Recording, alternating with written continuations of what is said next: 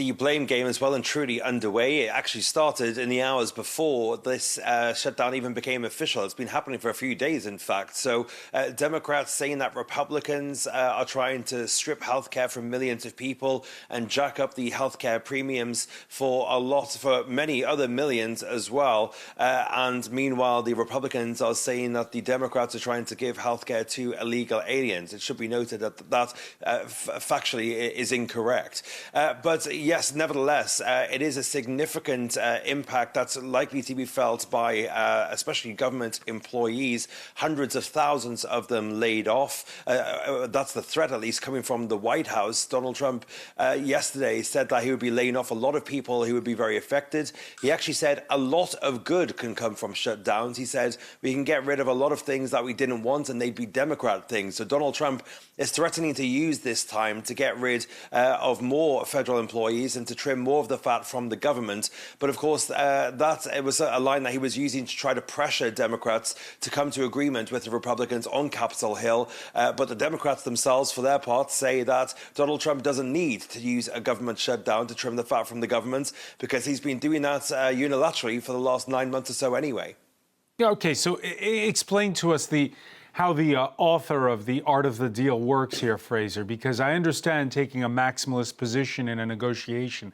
But then behind that, there's also this trolling we've seen on social media. The president, for instance, putting a sombrero on the head of the leader of the Democrats in the House of Representatives in one of his tweets.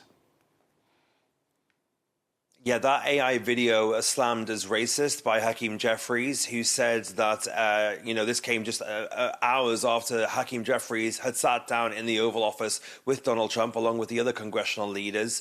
And then Hakeem Jeffries addressed it directly outside of the Capitol the following day, saying, if you have something to say it to my face or say it to me when I'm in the Oval Office, not online. Well, Donald Trump doubled down by further then taking footage of that press conference and posting another video with another sombrero and another mustache and more mariachi music on the background. So, of course, the Democrats are up in arms about that, but the Republicans say that it doesn't really matter and that they need to focus on the shutdown of the government.